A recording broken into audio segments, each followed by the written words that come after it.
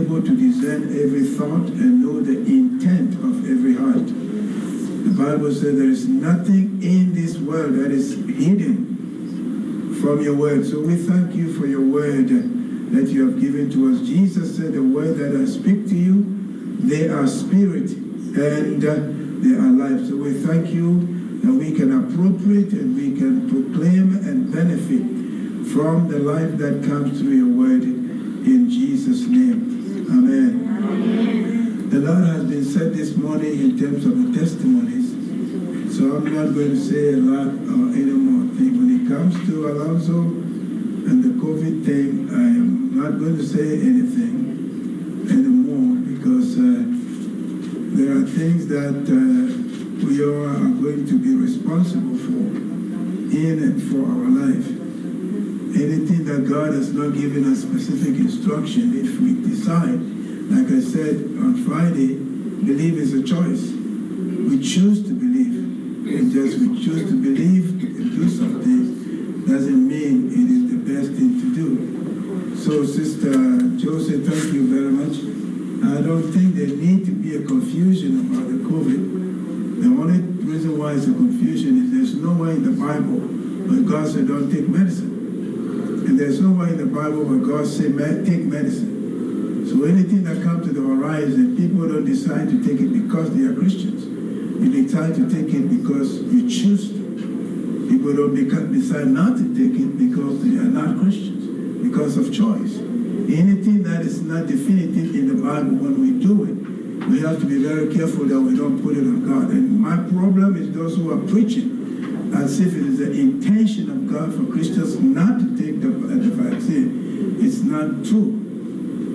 It's not true. I told one of the ladies here, there are a lot of people in history that died of childbirth. But women are still having babies. Nobody get up and say, I had somebody die of childbirth, so I ain't going to take babies anymore. So for us Christians, every action that we take, we got to be deliberately, consciously aware of the ramifications. If it's not directly from God, we can't put the blame on God. Okay? God is sovereign, God is faithful, God is very powerful. And so God's grace is also there. But the grace is not something that we just take and use it. Grace manifests based on our faith. Even salvation, Ephesians chapter 2, verse 8, the Bible says it's not by works of righteousness that anyone should glory. It's by grace through faith. You don't get saved unless you exercise your faith. So even salvation is dependent on us, whether we choose to get it or not. So be careful when you get this discussion or this dialogue about this virus thing. As a pastor, every time we talk, my biggest thing is to stick to the Bible. Live your life. I told you my philosophy of Christian life is anything and everything I do and I teach, I will do it according to the Bible. I don't care how many people out there, educated or uneducated, who say do it. If it's not biblical, I will be very cautious the way I do it. So all of us are stewards of our life. God gave us this life to take care of it. So the way we take care of it is going to be the way God will bless it. Okay? So don't make it argument. Don't make it divisive. I think people who are trying to score points, either theologically or politically, they are making these things to become divisive. You don't score point on anything as a Christian when it's not directly from God. Okay, so I'm not going to talk much about that anymore, unless somebody asks me a question, so that we can move on. Alonzo is the one that we all feel very sad about, because you all don't know, but when he came here, he was looking for, I was going to go to Juarez to preach. So somebody told his sister and him to come and meet me in Juarez at Pastor Medina's church. But that day happens to be my wife's birthday. So I'm told everybody, I'm going to go preach at my wife's birthday, so I'm not going to go. So the next Friday, Alonzo and his sister came here to see me. And he said God wanted him to stay here to be discipled. So since then, we meet all the time. Every 2 weeks, every other week, he's in my house. We go out to eat. Sometimes my car will stop, break down. He'll come and pick me. His truck will break down. I go help him. He goes to anywhere. He calls me, Pastor, what must I do? I give him the wisdom that God has given me. And one day he just called me, I'm coming to that church anymore because somebody told me that what is the word he used? I manipulate people. I said, really? I manipulate people? How do I do that? I wish I could manipulate people so this church will be full. I just speak my big mouth. And as far as I'm concerned, it's the truth. And sometimes we don't like the truth, you know. And so I told him, okay, if that's what you want to do, I wish that you would have come to me and said, Pastor, this and this and this is what you have said or done that I don't understand, because my thing is, the Bible says if your brother or sister says something or do something, go to them. And apparently he's been listening to somebody from, I don't know. And that's another problem with the church. You look, people build their relationship with other people based on other people's opinion. So I just prayed with him on the phone. It wasn't even 2 or 3 weeks when he didn't even tell me he was sick. When somebody called, Veronica, the lady from over there, sent a text message to Aaron that Alonzo was in the hospital. And immediately I went to see him, and it was no good news, you know.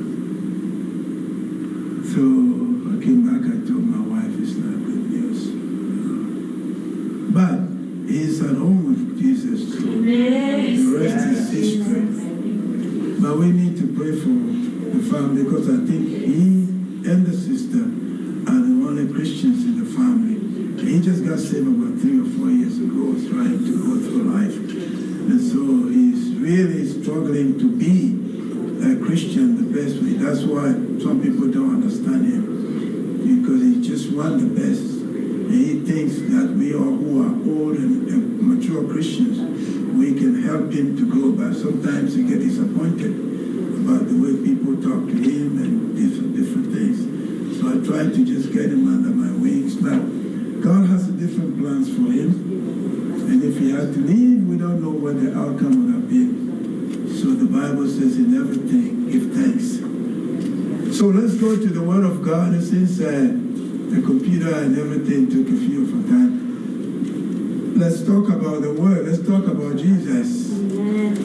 The passage that Brother John read for us this morning is what we're going to look at. And I want you to really pay attention to what I believe God has given me to share. Some of these things we're talking about is relative to what I'm going to talk about today. We're talking about wisdom. How do Christians come to make decisions that is wise? Okay, I told you when we started that the book of Proverbs gave us an understanding about 4 different little creatures. And the writer of the book of Hebrews said those creatures are very, very tiny. But he emphasized that they are exceedingly wise. And so we took a look at those creatures, the ant, the conies, the grasshopper, the locust, and the spider, or if you like, the lizard better. Some translation says spider, some say lizard. And I told you those characters, those creatures give us what I describe as the attributes of wisdom. Attributes are the characteristic, the contextual composition of anything. So if you look at wisdom, you can see that anybody who is making a wise decision is based on their perspective. So the number 1 attribute of wisdom is perspective. Like what we're talking about. If we Christians have to make any decision in this world, it should not be based on perspective of science, popularity or anything. It should be based on perspective of God. And in a layman's interpretation, perspective means point of view. So a wise person, a wise Christians make decisions based on God's point of view. That means if you want to do anything and benefit from God, from the God's way, do it based on God's point of view. What God says about it is more important than what anything and anybody in the world says. So number one attribute that you can define and know that you are making a wise decision is when you make it based on God's perspective. The second thing we talk about is the protection. Now, all of us in this world need protection. In some psychological languages, we call it security. And we put all the blame on the women, that only women need security. So they are looking for security. They go to a relationship for security. So, no, but everybody needs to be secured in their spirit, in their soul, in their skin. So that protection is another attribute of wisdom. You don't make decisions that will be contrary to protection, to protect you. If you're driving on the highway, I know you got a Corvette. That thing can go from 0 to whatever. But the speed limit is 60 miles per hour. If you want to protect yourself, you gotta go according to the speed limit. If you go beyond the speed limit, you are opening yourself up for different things. Yeah, it may happen, it may not happen. But once you go beyond the limit, you are going to abuse your protection. So these creatures that are called the conies, they build their holes in the rock. Okay? So they don't go out anyway. When they get up, they lay on the rock, and their fur is the color of the rock. So if a predator comes, it will not recognize them. Even if it does, they sleep and go on inside the rock. And how best can that be meaningful to us? If Jesus is the rock of our salvation, then we should seek our security and protection from Jesus. Not from money, not from education, not from popularity, not from anything else, but from Jesus. But sometimes we Christians forget that. And we seek our security or protection from material things. And hear me carefully, anything material in this world has a flaw in it. Anything human beings make has a flaw in it. I don't care how sophisticated, how advanced, how far we're going to go with this sophisticated, advanced technology. It's still going to have flaw. And therefore, the only security, protection that will not fail is Jesus. You ask me, Pastor, Jesus is not working. No, Jesus is with you. And I told you the key to understand and to know is to acknowledge Jesus. So we have the perspective of God, the protection from Jesus, and then we have the power that comes in unity. The Bible is very clear how important it is for us to be united. Those of you who are married or have relations, when you come to me and we talk, I told you, I will tell you definitely the most powerful, the most important principle in the Bible that any two people can do to be blessed by God is to be in agreement on everything that they do. Because the Bible says, whatsoever things that two of you shall agree upon on this earth shall be done. It's not the psychological oxymoron. Now, some people will tell you, we agree to disagree. That's tautology. That's oxymoron. When you agree to disagree, you always cancel everything out. God's word doesn't work that way. Even my wife and I were in Germany, and one of our bishops was talking, and he said, yeah, but we have to disagree and disagree. So after the service, I put him aside and said, Bishop, no, you cannot agree to disagree in God. In God, you have to be in agreement. Even Amos said, how can two work together unless they agree? So if you are going to build a relationship with anybody, the key of that relationship, be powerful and strong, is agreement. Even in the church. The reason why people don't stay in church is that they disagree with what the preacher says. And they don't talk about it to the preacher. They go out and call each other. They gossip and talk and blah, blah, blah, blah, blah. And that's why even this church, I think that is one of the flaws, the weaknesses of the church. Because people talk too much outside of church to one another about the church. So invariably, there's not agreement on a lot of things that we do. That means we are acting hypocritically. If you come here and ask you to do something that you don't agree upon, but you do it, you are a hypocrite. It's rather you tell me I don't agree, and we find a common way or agreement to do it, than to say you will do it when you disagree. You're a hypocrite. It will not be powerful. So unity is the essence of power in any organization. Any organization that will be prosperous, the first thing is not how much money they have. It's how united the organization is. That's why our politics doesn't work. Because those who are on the top, even if they are in the same party, they disagree with each other. And they go spend hours and time sitting down, drinking coffee, using our money to drink whiskey, to disagree with each other. And then they get up and nothing is working. That's why the world is the way it is. Even from Adam and Eve, it's the same. So the key to power is agreement. And then we talk about the fourth one, which is providence. You know, the lizard, the spider, I told you I don't want to preach, that's not the sermon today. But if you go to any elegant five-star hotel, we were on a cruise, on the sea, in the middle of the ocean. We saw a spider in one of the rooms. So how can a spider get into that beautiful place? So I call it providence. Only God can take you anywhere, everywhere that your money or nothing can take you. So if you live your life based on the providence of God, God will take you where you cannot take yourself, where your money cannot take you, where your mind cannot take you, your ingenuity cannot take you. It is very important that we live our life principally based on God's revelation. So the perspective, the protection of the security, the power and the providence are the attributes of wisdom. When you are making decisions and those four elements are not inclusively the pillar of it, you will not be operating in the wisdom of God.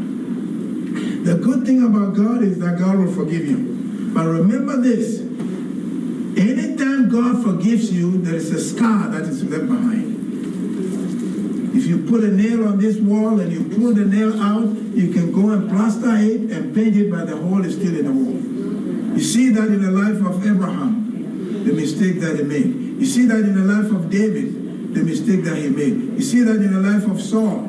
God forgave them, but the scars are still there. So the best thing for us Christians is not to abuse the grace of God and go do something that we know God said don't do.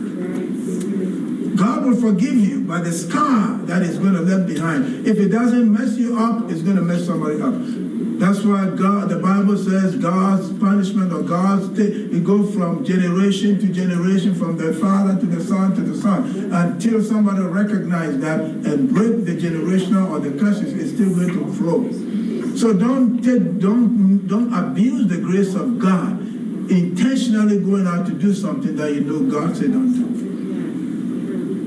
Because at the end of the story, there's going to be a scar left behind. And if it doesn't affect you directly, it will affect somebody indirectly behind you. You know, and those are all the nuggets of wisdom that we Christians have to hold on to. Because today, Christianity is like a wholesale. Most of us pastors, we are just telemarketers.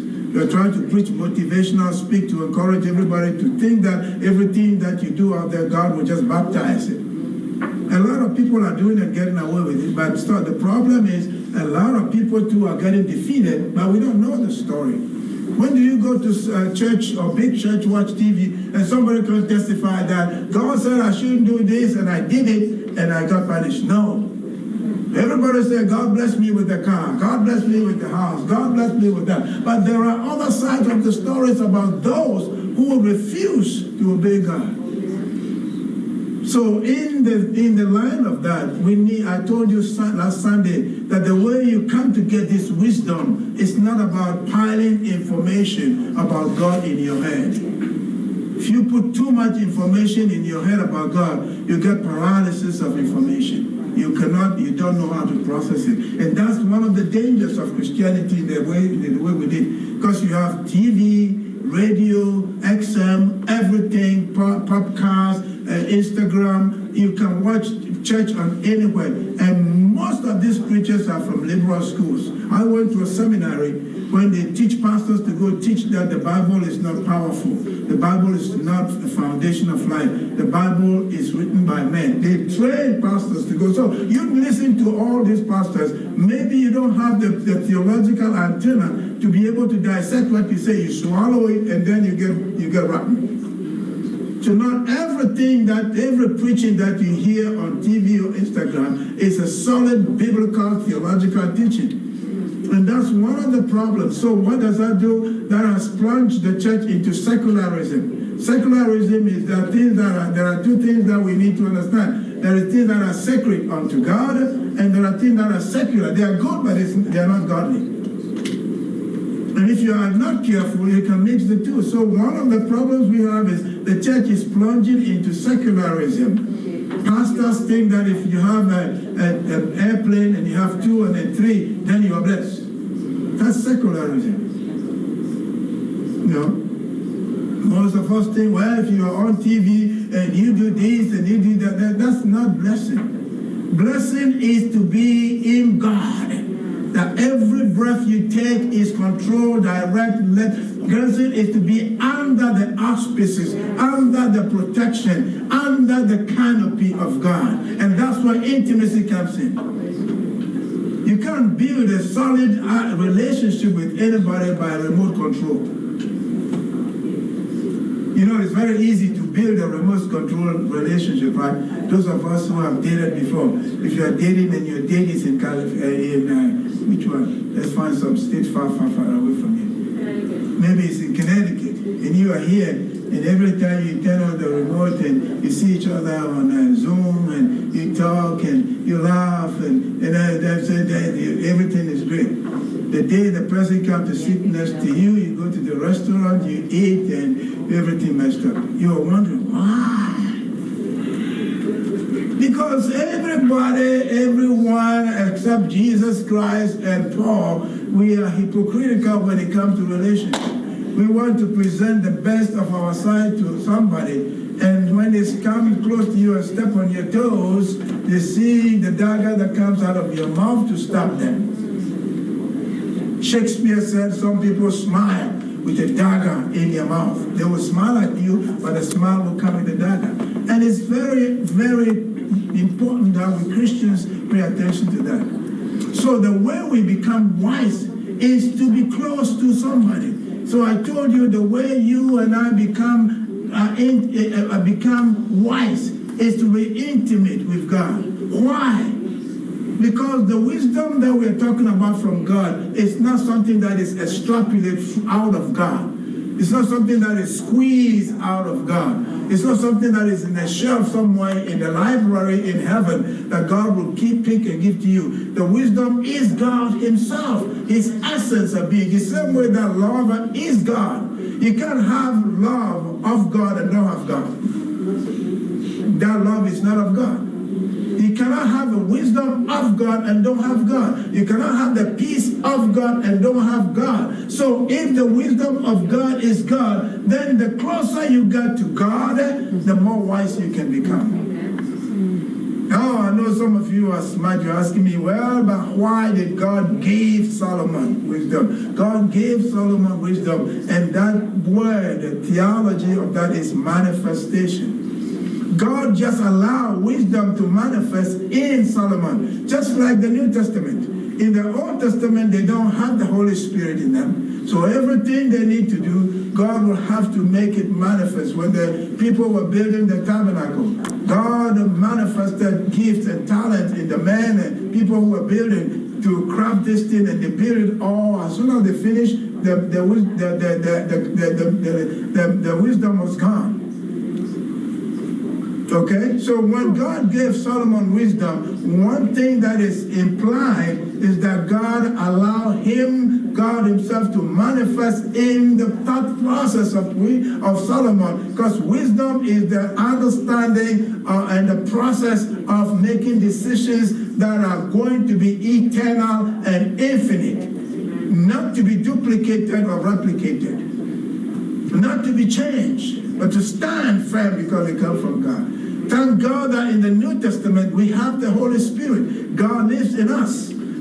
So all we have to do is to ask the Holy Spirit to manifest in us. The same way when you read the book of Corinthians, Paul says they were arguing the Corinthians were arguing about who is prophet, who is anointed, who speaks in tongues, who have this gift, who have that gift. And so the church was divided among themselves by trying to play superlative and all that. And Paul came and said, listen, folks, there's only one spirit in each and every one of you, the same spirit. So if the Spirit chooses to manifest in somebody with prophecy that they prophesy, it's not that they have a better or bigger spirit than you. It's the same spirit that manifests in prophecy, the same spirit that manifests in healing, the same spirit that manifests in the word of knowledge. So it's the same spirit. And my point is, the God that we serve is one God, the same God. So if God is going to manifest in us, all you and I have to do is to ask him and he will manifest. We call it a gift because that's the only grammatical language we can use to describe it. It's not a gift. It's a manifestation of God in us and through us. So that means that the closer you get to God, the better he will manifest in you. The closer you get to God, that's all intimacy is all about. The closer you get to God, the more he will manifest in you. So if you want to be godly, get close to God. Be intimate with God. And you have to be very mindful. I know that we have had sermons and preachings and music about intimacy with God. Intimacy with God means closeness with God. Jesus put it this way in John chapter 15. We didn't read that, but let me read it to you. One of the ways you come to understand the closeness to God or to Jesus is go to John chapter 15. And I can read it to you because we know it by heart. But let me just open chapter 15. Jesus said, I am the true vine, and my Father is the vine dresser. Every branch in me that beareth not fruit, he will cut away. And every branch that beareth fruit, he will purge, that it may bring forth more fruit. Now you are clean through the word which I have spoken unto you. Listen to this. Abide in me, and I in you. And as the branch cannot bear fruit of itself, except it abides in the vine, no more can you, except you abide in me. What is Jesus? Jesus gave an analogy of a tree, branch, tree, olive tree, and consider himself to be the stem of the tree. And every one of us is a branch. That's what intimacy means. It means that we are not just connected and nailed unto Jesus. We are connected by organism, by life that flow from the stem, from Jesus, into us and through us. You are not standing here and if you want something from Jesus, you go stretch your hands, give me, give me, give me. No, you are attached to Jesus. So that whatever you ask, wisdom is what I'm talking about. It flows from Jesus, who is the stem, to you the branch, and the fruit comes for people to see.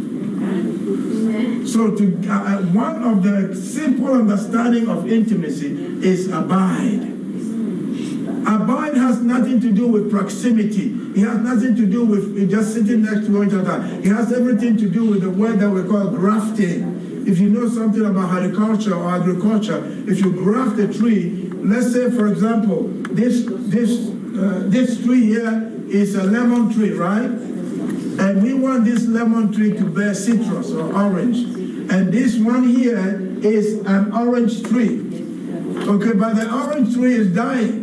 So if we want this orange to bear, we will cut this orange from here, the stem, right? And then we'll bring it all the way here and cut off the top of this lemon and then stop the orange tree on the lemon and bind it with chemicals and bring it together and put moss and everything around it. I used to work in a horticultural center as a landscape designer, so I know that.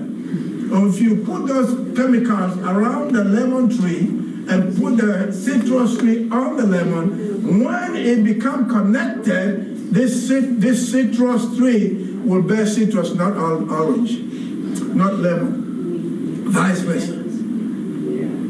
So the life in the stem is going to come through the tree that you joined to this. So we, as human beings, are grafted in Jesus. We are not just connected. Salvation is not just connection. It's not just a dedication. It's not just you go and join. We are grafted. Paul said we are grafted into Jesus. So when you are a Christian, you literally become part of Jesus. That's what Paul understood this in the book of Galatians chapter 2, verse 20. He said, I am crucified with Christ. Nevertheless I live, yet not I, but Christ lives in me. And the life which I now live in the flesh, I live by faith of the Son of God, who loved me and gave himself for me. When I preach on this, I told you, Paul is saying that as long and as often from the day that I accept Jesus, the eye is cut off. Your selfishness, your egotisticness, your everything self is off. And you are grafted now into Christ. And if you let Christ, Christ will live through you. Christ will flow through you. Everything that Jesus is. You remember we started this study from the book of Corinthians, reading that Paul said, Brother John read that to us, Corinthians 1. John read in Corinthians who said that Jesus is the power and the wisdom of God. He said Jesus is the power and the wisdom of God. So Christianity is the only religion or only relationship that we are literally, spiritually connected, grafted into God. That God flows through us. God lives in us. It's not an independent relationship that you go to Nam your horn ringing, Nam your horn ringing, Nam your horn ring. You go chant for 2, 3, 10 hours to be spiritual. No, it's not. Even though we fast, fasting has nothing to do with our spirituality. It just gave my spiritual inner person strength so Jesus can flow through me faster. It doesn't give me more God, more Holy Spirit, more God. No, it just softened my flesh. It nullified the power of the flesh.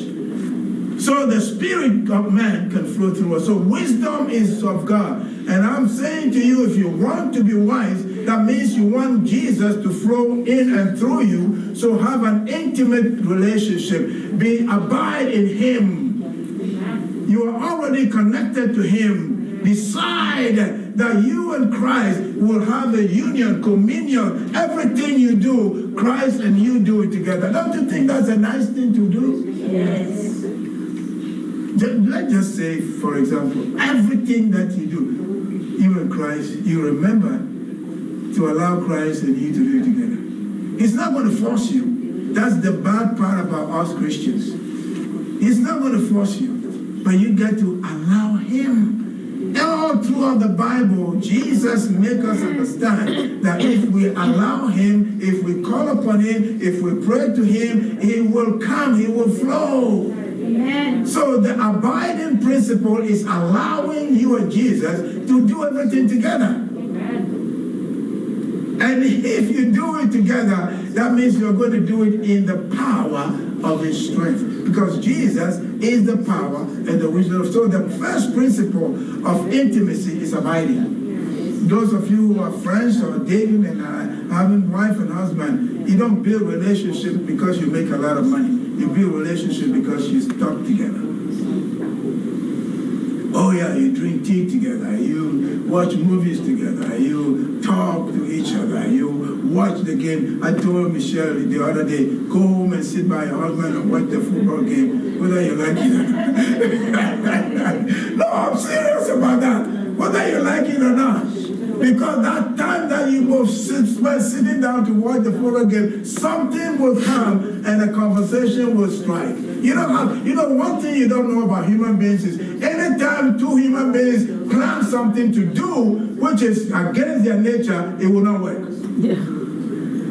If you tell John, when we go home today, we're going to talk about this. When he goes home, he will avoid you as best as you can. Because he doesn't want to talk about it. But if you and him are watching football or basketball and you bring the subject together, he can walk away.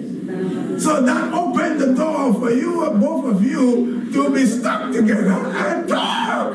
We call it in communication, communicative moment. You find activities and moments that you and that person will be stuck together. That's why Jesus put the disciples in the upper room for 10 days. Now just imagine a former prostitute, a former witch, a former liar, a tax collector. God wants to give them this. You know what they'll be thinking about? Is God going to give me the same spirit that he's going to give Mary Magdalene, who was a witch? No. I know. God, you can't do that. But Jesus made them stuck in the same room, and the Bible says, I said this to you last week, when the day of Pentecost was fully come, they were all together in what? One accord. Over 2 of them, they were all now. They don't see Mary Magdalene as a witch. They don't see Peter as a liar. They don't see Matthew as a tax collector. They don't see John, James and John, the sons of Zebedee, as rebels. They see each other in the sphere, in the essence of God. Unity with Jesus, oneness with Jesus. The more you stuck to Jesus, the more you abide in Jesus, the more you allow Jesus and you to do everything together, the better he will give you wisdom, so you will never fail. Take it this way. Let me start looking at this way. Let me go look at sister. No, let me ask you, do you think when you get up in the morning, let me take my Bible so I can come here. When you get up in the morning, and like Brother John said, if you and God, Jesus, start your day together, you think any failure will come? You think Jesus will allow any failure to come? No. But if you forget about him and got to the street and things get tight, then you begin to call him, it's too late. Hear me, if you don't get anything from this sermon, to be wise means to abide. To abide means you allow Jesus and you to do everything. Get in. It doesn't have to be good. You know, God works all things together for good, right? Whether it's the good or the bad or the ugly, just invite Jesus to come in. Let me ask you, when was the last time Jesus went somewhere and the place was ugly, and when he left, it wasn't fixed? The man who was possessed with 7 demons, the man from Gadara, who was sitting possessed and cutting himself, when the Father called Jesus and Jesus swung by, but the same Jesus came out of the house, all the demons came out of him and went into the pig, and the pig went into the river. Jesus never go anywhere where there is good, bad, or ugly and live there the same way. When he went to the tomb of Lazarus, Lazarus was rotten. Maggots were coming out of his body. But when Jesus left there, Lazarus came back alive. Don't fool yourself. You don't have to be a nice boy or nice girl to ask every time, anywhere. Even when you mess up, let Jesus come and join you. And see that at the end of the day, whether that mess will not turn into a fine art and beauty and power for his glory. That's what intimacy is about. Invite Jesus. Allow Jesus to get involved. Invite him to start your day. Invite him to start your job. Philip, invite him to go to the office. Invite him to drive in the car. Invite him to go everywhere. Don't worry about the situation. When Daniel was thrown in the lion's den, why did he and the lion become friends? Because Jesus was there. When Shadrach and Meshach and Abednego was thrown into the fire, why did the fire not burn them? The Bible says even smoke was not smelling in their clothes. Why? Because Jesus was there. I'm telling you, the intimacy, it does not define that on good times only. No, I'm here to tell you, on the good times, on the bad times, on the ugly times, allow Jesus, invite Jesus to come in and sup with you. And by the time it's over, it will change. That's intimacy. Because when you see this passage from the book of, I don't have the time, we got to go. Let me just stop here. We'll finish this on Sunday. Let me just stop on the word abide. Intimacy begins with abiding.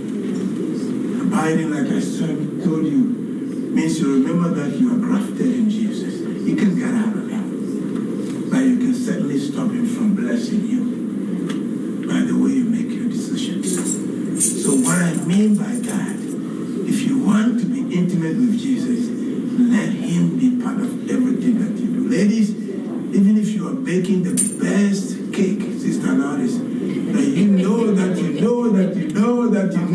that you know how to bake, still invite Jesus. You know when you invite Jesus, no fire flake will jump into your eyes. You will not make an accident and touch the stove when Jesus is cooking with you. I'm serious. I'm very, very serious. No. But if you don't invite Jesus, you'll be walking about and then you put... If you invite Jesus and you and him are cooking together, ladies, your hand will not be burned. The hot water will not flash in your face. Something, ask my wife. One day, where were we? Somewhere. When the coffee poured on me and went inside my pants. I went to get coffee.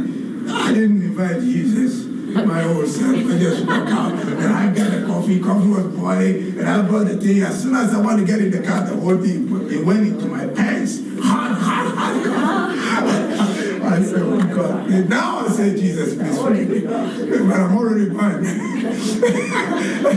Maybe before I go get the coffee, if I just say, Jesus, I need to drink coffee. Can we go and get some coffee? He will stop me and say, maybe this is not the right time.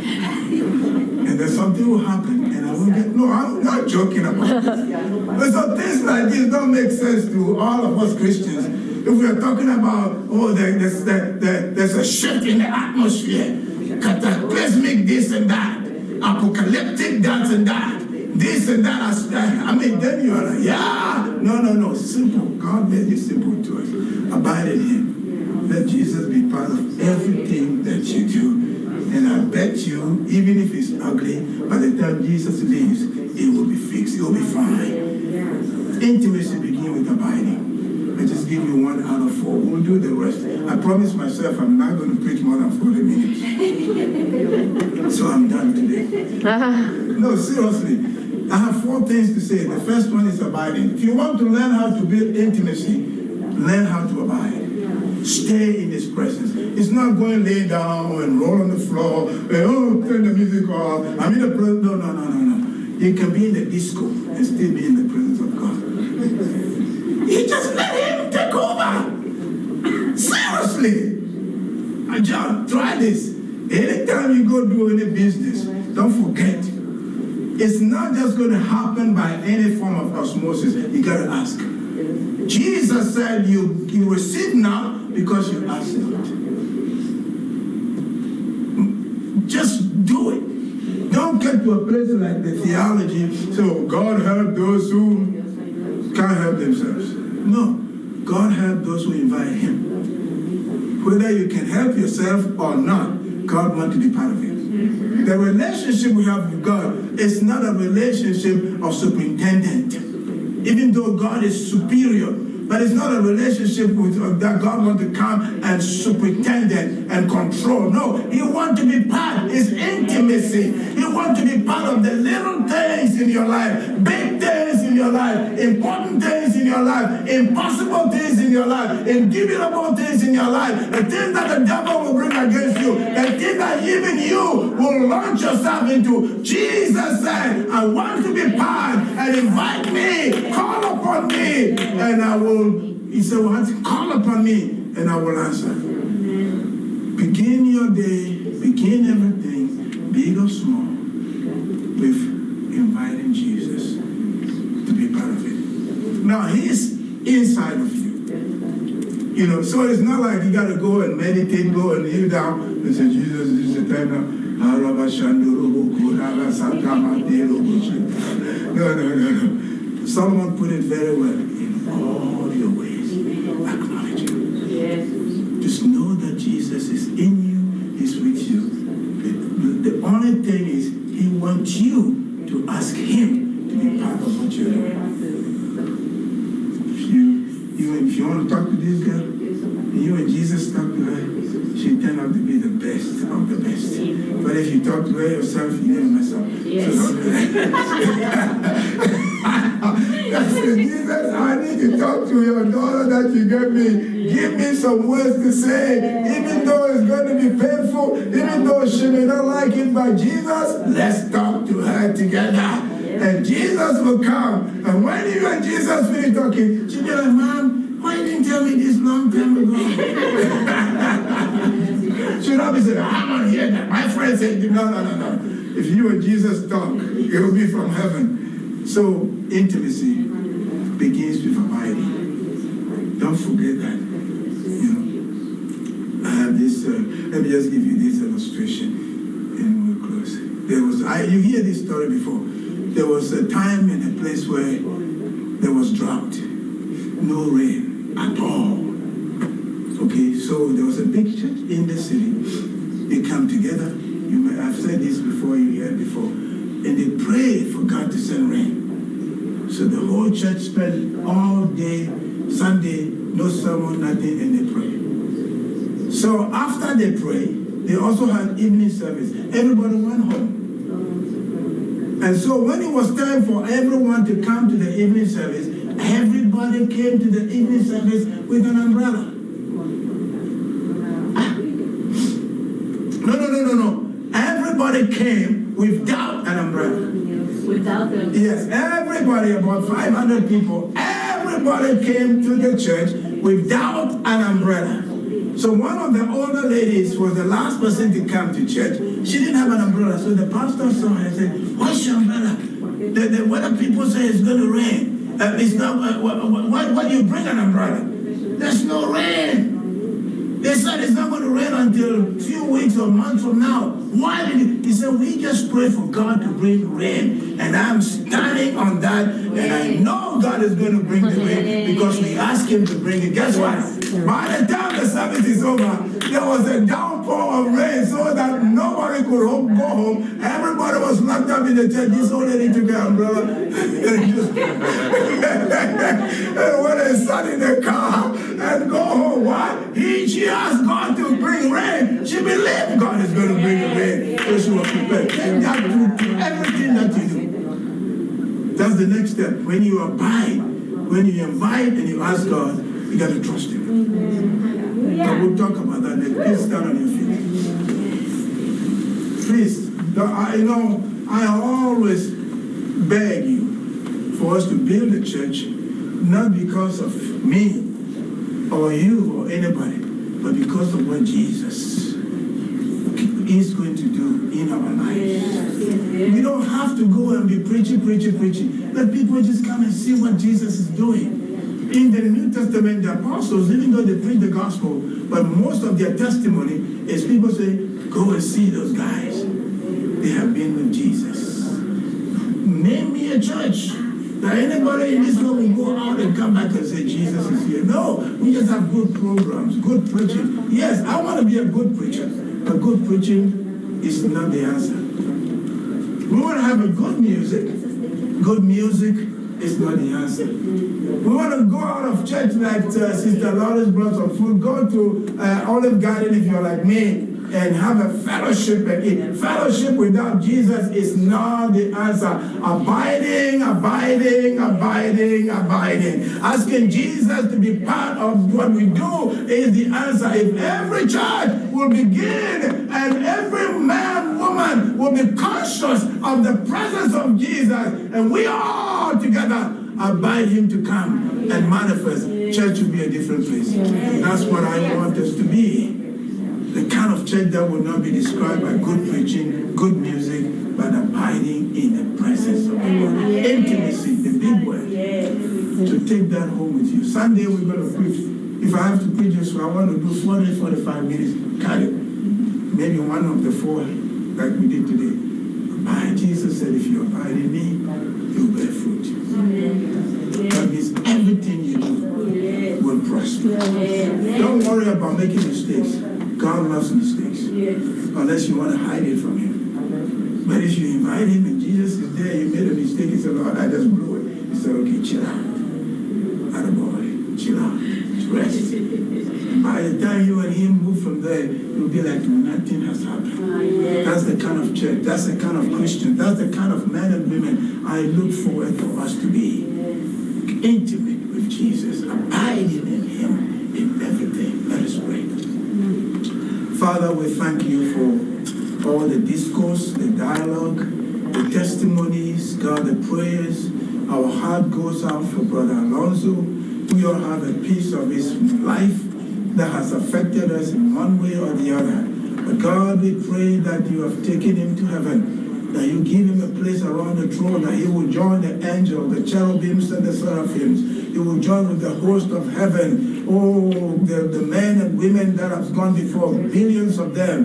And he will join them in the chorus, and they will lift up their hands and shout, holy! Holy is the Lord God Almighty, the one who was and is and ever shall be. In the name of Jesus, strengthen the family, that this darkness will transform into light, that everyone in the family will come to know Jesus and the power of his resurrection. Lord, bless Koinonia. Thank you for those who are not here this morning. Thank you for those of us who have come. Thank you for the promises that you made. Jesus, he said, if we abide in you, if we are intimate with you, we shall bear fruit at all times, and our fruit shall stay. Help us, oh God, to call upon you, to acknowledge you, to invite you, to allow you to be part of our everything we do and say. In Jesus' name, amen. Anybody needs prayer?